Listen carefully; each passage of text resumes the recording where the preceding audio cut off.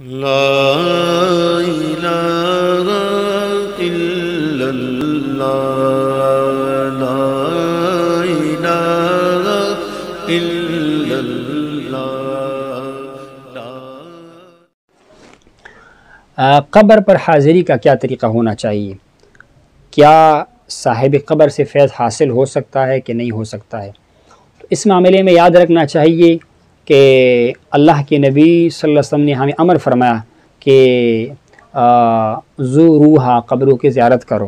آپ نے تاکید فرمائی، امر فرمائی، خود بھی مبارک قبرستان میں جاتے رہے، احد شریف میں، بقیع شریف میں۔ صحابہ کرام کا بھی سنت ہے۔ جناب عبداللہ بن عمر حضور کا اولو العزم صحابی ہے، اس مبارک کا معمول کیا ہے؟ سفر سے آتا ہے اور حضور کی بارگاہ میں حاضر ہوتے ہیں، سلام پیش کرتے ہیں۔ جناب صدیق کی بارگاہ میں حاضر کر سلام پیش کرتے ہیں، جناب عمر فاروق کی بارگاہ میں حاضر ہوتے ہیں، سلام پیش کرتے ہیں۔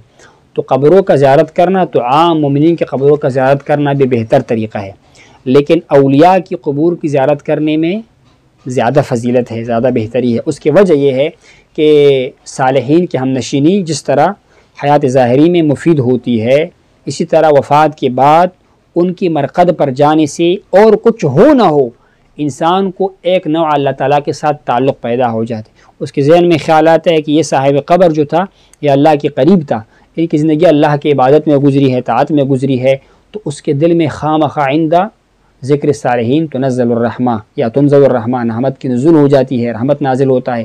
اور رحمت کا مقام کیا ہے؟ کمرہ تو نہیں ہے نا، دل ہے نا، تو دل پہ کیفیت کا نزول ہوتا ہے۔ اور اس کے علاوہ کشفی طور پر یہ بات ثابت ہے کہ کچھ اہل روحانیت اصحاب قبور سے روحانی طور پر بھی فیض حاصل کر سکتا ہے، اللہ کے کرم سے، اللہ کے عطا سے۔ عام لوگوں کے تو ہم یہی کہیں گے قبرستان میں جائے، سلام پیش کرے اور اپنے دعا مانگے، اور مانگنا اللہ تعالیٰ سے ہے، مانگنا اللہ تعالیٰ سے ہے۔ صاحب قبر ولی، اس کو اللہ کی بارگاہ میں وسیلہ پیش کیا جائے، اور اس بات کی امید ہے کہ اس کے مرقد کے پاس دعا مانگنے سے دعا کی قبولیت میں تاثیر زیادہ آ جائے گی۔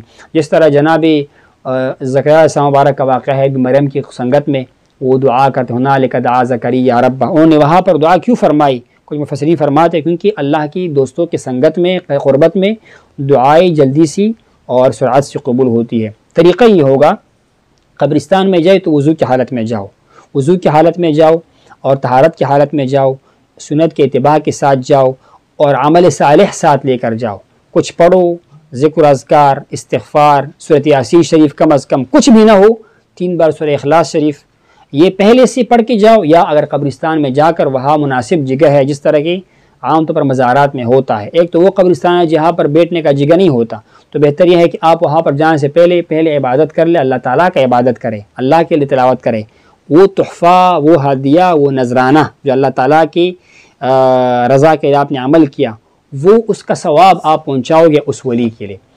قبرستان میں آؤ گے ہو سکے تو اس طریقے سے آئے کہ آپ کا چہرہ صاحب قبر کے چہرے کی طرف ہو اور کچھ فاصلے پر کھڑا ہو، قبروں کو ہاتھ نہ لگائے، احتیاط اسی میں ہے کہ قبر کا بوسہ نہ لیا جائے، اگرچہ کچھ علماء اولیاء اللہ یا صالحین کی مزارات کی بوسے کی بھی قائل ہے، لیکن مفتابہی قول یہ ہے، احتیاط اسی میں ہے کہ خصوص عوام الناس جو ہے تو اس معاملے میں احتیاط کا مظاہرہ کرے۔ تو سلام پیش کرنے کے بعد کیا سلام پیش کرے؟ السلام علیکم اہل الدیار من المؤمنین والمسلمین وإنا ان شاء اللہ بکم للاحقون نسأل اللہ لنا ولکم العافیہ۔ ایک روایت میں ہے السلام علیکم یا اہل القبور یغفر اللہ لنا ولکم انتم سلفنا ونحن بالاثر۔ یہ سلام پیش کرے، اس کے بعد کچھ قرآن کی تلاوت کرے، اور اس کے بعد اس کے ثواب اس میت کے لیے، اس اللہ کے ولی کے لیے ہدیہ پیش کرے، اصال ثواب کرے، اور اس کے بعد اللہ کی بارگاہ میں اپنے لیے دعا کرے، اللہ تعالیٰ کا محبت مانگے، حضور کی سنت کے اتباع کی دعا کرے۔ اگر صاحب نسبت ہے، اب بات آ گئی روحانی فیض حاصل کرنے کی، بھئی ہم جائے فلاں بزرگ کے مزار پر تو ہم کس طرح وہاں پہ مراقبہ کریں؟ تو یہ مراقبہ عام لوگوں کا کام نہیں، یہ اہل نسبت کا کام ہے، جن کو باطنی راستے کا پتہ ہو۔ وہ کیا کرے گا؟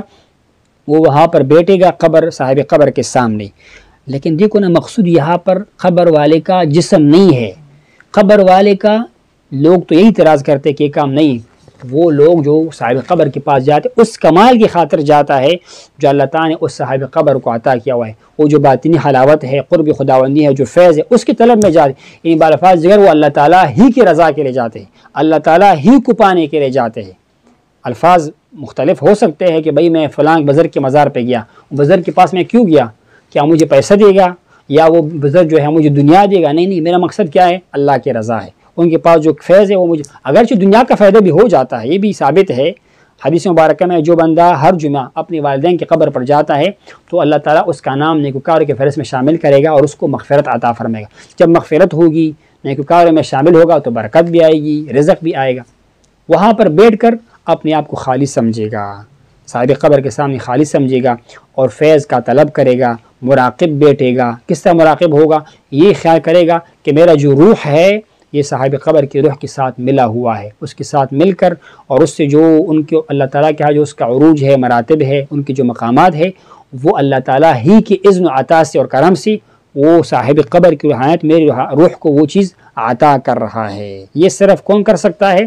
صاحبان نسبت کر سکتا ہے، اہل طریقت کر سکتا ہے، اور اس کے لیے خاص تجربے اور ایک خاص مہارت کی بھی ضرورت ہوتی ہے۔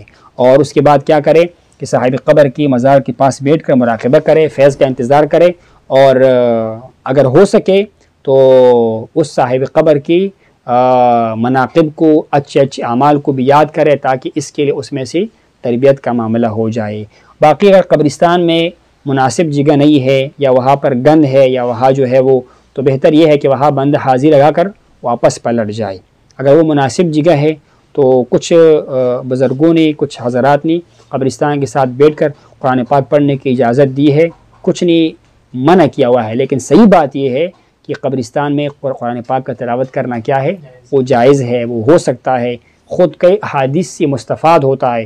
شرح صدور کے اندر امام سیوطی رحمہ اللہ نے کئی روایات کو نقل کیا ہوا ہے۔ سورہ تکاثر کا ذکر ہے، سورہ آیت کرسی کا ذکر ہے، سورہ اخلاص کا ذکر ہے، سورہ یاسین کا ذکر ہے، جس سے معلوم ہوتا ہے کہ قبرستان میں جا کر یہ اعمال، بلکہ کچھ روایات میں تو یہ ہے، حدیث مرفوعہ ہے کہ اللہ کے نبی نے قبرستان میں جا کر نماز پڑھی ہے۔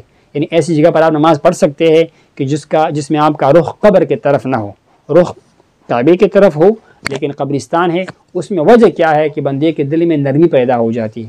آپ قبرستان میں عبادت کرو گے رقت کے ساتھ، آپ کے دل میں نرمی ہوگی، لیکن آپ کے سامنے قبر نہیں ہونا چاہیے تاکہ عبادت کا شائبہ پیدا نہ ہو جائے۔